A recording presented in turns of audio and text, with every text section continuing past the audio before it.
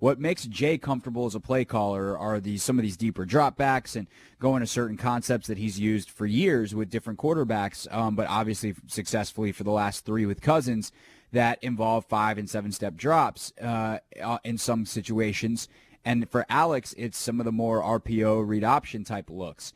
And Jay's got to figure out how to call plays for Alex. And if you want to take this to the extreme and question whether Gruden should be the play caller or it should be Kevin O'Connell, who's more comfortable with that kind of stuff, I'm not going to say through 4 games like that would be out better communication and a better way during the week to come up with a plan that is going to be conducive to Alex's success. That part of it is something that Jay said himself after the game. They need to figure out a third down game plan where Alex is going to be comfortable, and they need to figure out a down in, down out, the group of plays that Alex is going to win with.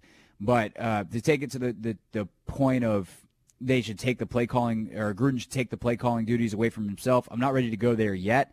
But, man, a lot of stuff crosses your mind after a game like that last night. Well, you knew the Skins were in trouble after the first 2 Saints drives. You can't give Drew Brees extra plays. And that first drive, Norman has the holding, right? And then so that extended that drive. They ended up scoring. And then round after the sack, that would have been a punt, and extended that drive. They score on that drive. So they were down 2 scores.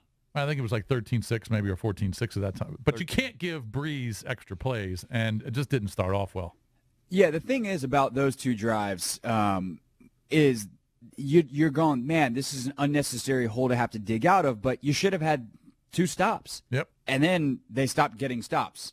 And it was gone from there. You also had the Dunbar penalty, which that one was a bad call. Dunbar's getting his face mask grabbed. And that was called bad for a hold. Yeah. But there's a play on that second drive that drove that was as maddening as any play on the night outside of, I would say, the Smith interception, which you're apoplectic about that, and then the Norman blown coverage, which you're just going, are we serious with this again? But it was, I want to say even the play, it might have been 2 plays right before the Nicholson penalty in the sack. There's a fumble on a screen pass, and Mark Ingram somehow winds up with it. Yeah. Because Pernell McPhee there just were la-di-da like trots. 6 skins around it, and they couldn't get it. Pernell McPhee, if he runs and dives on the football, there is a 85% chance that he comes up with it.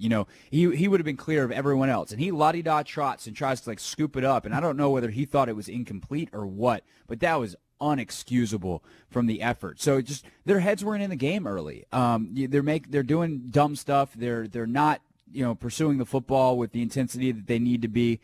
It's just not good enough. Who do you put that? Is that lack of preparation from the coaching staff, or do you put it on the players? What is that? I put it on the players because the players put it on the players. And you get the guys that I trust in that locker room that I was talking to, off the record afterwards. They're like, it's on the Manusky. He screwed it up. We did not communicate. We did not execute. We just did not do the things that we were told to do. And defensively especially, it's not like these game plans are extraordinarily complex. It's not like you got all kinds of motions and shifts. I mean, you have to prepare, but you try to simplify and create checks that you can execute quickly, and they just didn't.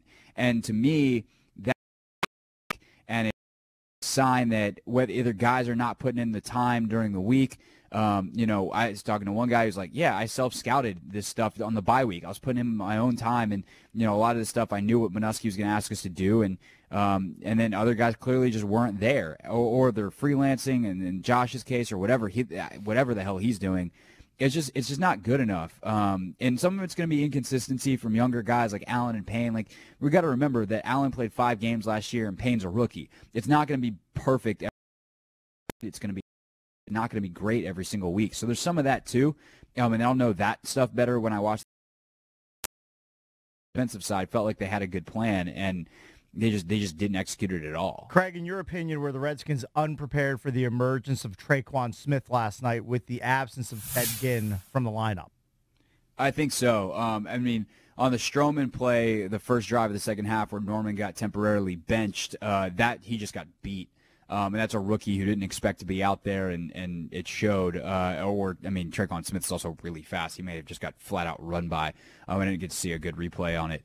And then on the other one, that's a busted coverage on the record breaker. That's Norman just not respecting either. it's Norman not getting a call, which is on him because everyone else was playing one coverage and he was playing something else, or he just tried to cheat and was playing, to anticipate and, trying to use his instincts in a situation where it's uncalled for. It's outside the scheme, it's outside the system, and it exposes you in a way that is the whole point of your defense to not be exposed, which is to not give up chunk plays down the field.